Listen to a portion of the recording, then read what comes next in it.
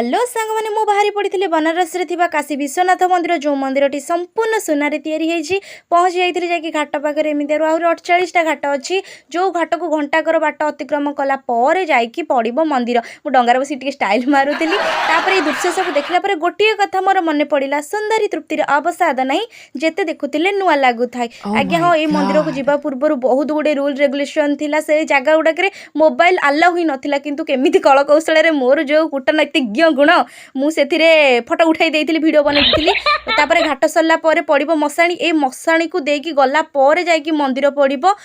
एबे भी सरीनी ए काली नागुणी की देखिकी जीवाक पड़ो बाटे कौन मंदिर हो गला नाई मो हेनी एपर्यंत भितर को आलाउ नाई फोन 2 किलोमीटर पूर्वर मु